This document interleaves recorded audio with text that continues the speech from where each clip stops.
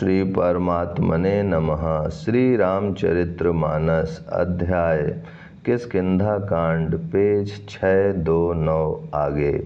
सुग्रीव चरणों में मस्तक नवाकर आदर सहित मिले। श्री रघुनाथ जी भी छोटे भाई सहित उनसे गले लगकर मिले।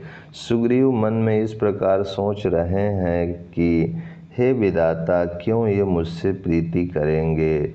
तब हनुमान जी ने दोनों ओर की सब कथा सुनाकर अग्नि को साक्षी देकर परस्पर दृढ़ करके प्रीति जोड़ दी, अर्थात अग्नि की साक्षी देकर प्रतिज्ञा पूर्वक उनकी मैत्री करवा दी। दोनों ने हृदय से प्रीति की, कुछ भी अंतर नहीं रखा। तब लक्ष्मण जी ने श्री रामचंद्र जी का सारा इतिहास कहा। सुग्रीव ने नेत्रों में जल भर कर कहा, हे नाथ, मिथिलेश कुमारी जानकी जी मिल जाएंगी।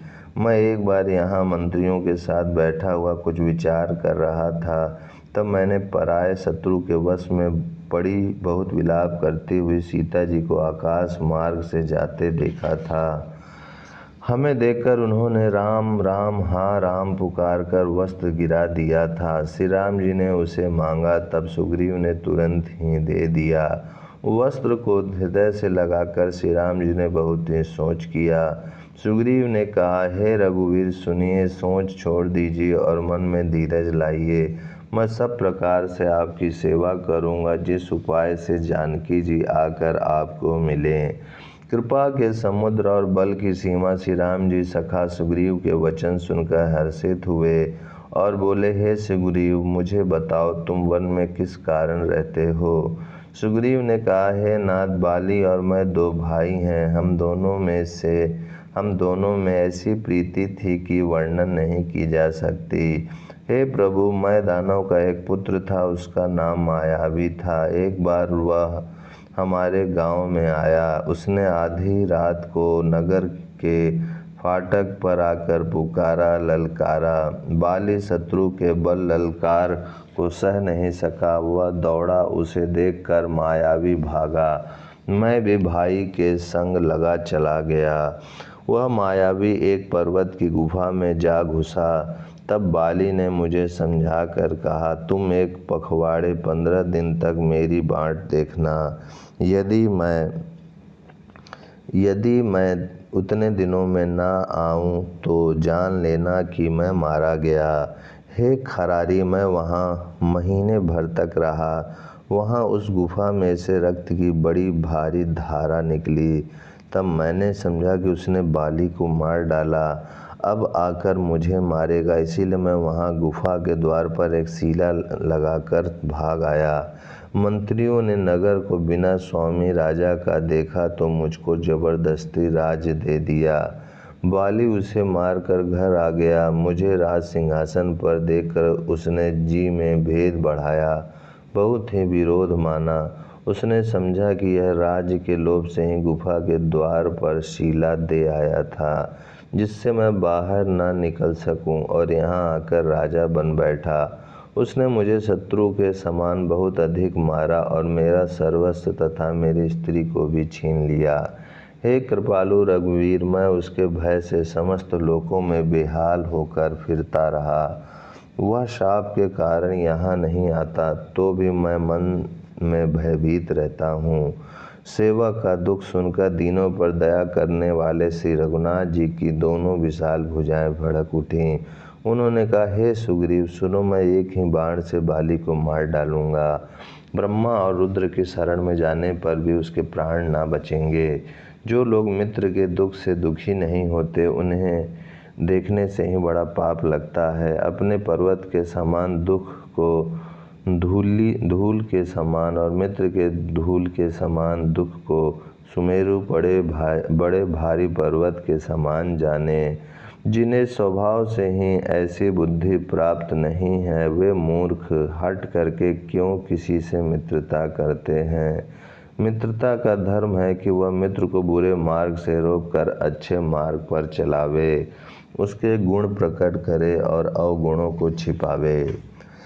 देने लेने में मन में शंका न रखे, अपने बल के अनुसार सदा हित ही करता रहे। विपत्ति के समय में तो सदा 100 गुना स्नेह करे।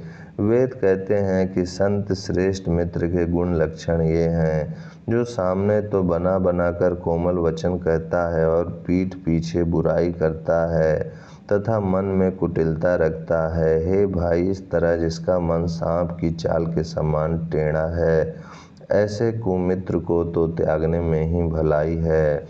मूर्ख सेवक, कंजूस राजा, कुल्ठा स्त्री और कपटी मित्र, ये चारों सूल के समान पीड़ा देने वाले हैं। हे सखा, मेरे बल पर अब तुम चिंता छोड़ दो। मैं सब प्रकार से तुम्हारे काम आऊँगा, तुम्हारी सहायता करूँगा। सुग्रीव ने कहा, हे रघुवीर सुनिए, बाली महान बलवान है और अत्यंत रणधीर है। फिर सुग्रीव ने श्री राम जी को दुदुम्भी राक्षस की हड्डियाँ और ताल के वृक्ष दिखलाए। श्री रघुनाथ जी ने उन्हें बिना ही परिश्रम के आसानी से ढहा दिया। श्री राम जी का परिमित बल देखकर सुग्रीव की प्रीति बढ़ गई और उन्हें विश्वास हो गया कि ये बाली का वध अवश्य करेंगे। वे बार बार चरणों में सिर नवाने लगे। प्रभु को पहचान कर सुग्रीव मन में हर्षित हो रहे थे। जब ज्ञान उत्पन्न हुआ तब वे ये वचन बोले कि हे नाथ, आपकी कृपा से अब मेरा मन स्थिर हो गया।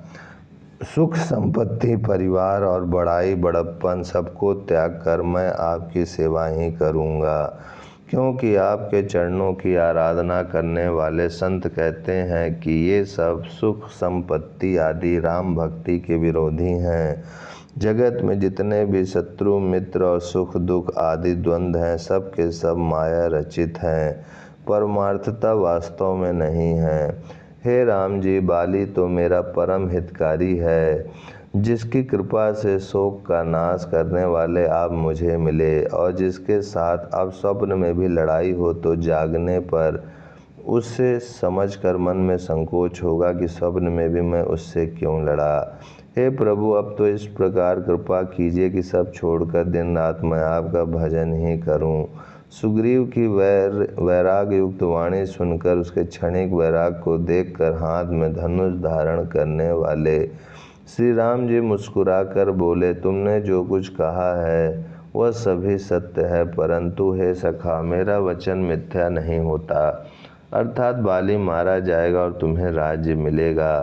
काकभूषुंडी जी कहते हैं कि हे पक्षियों के राजा गरुण, नट मदारी के बंदर की तरह श्री राम जी सबको नचाते हैं। वेद ऐसा कहते हैं।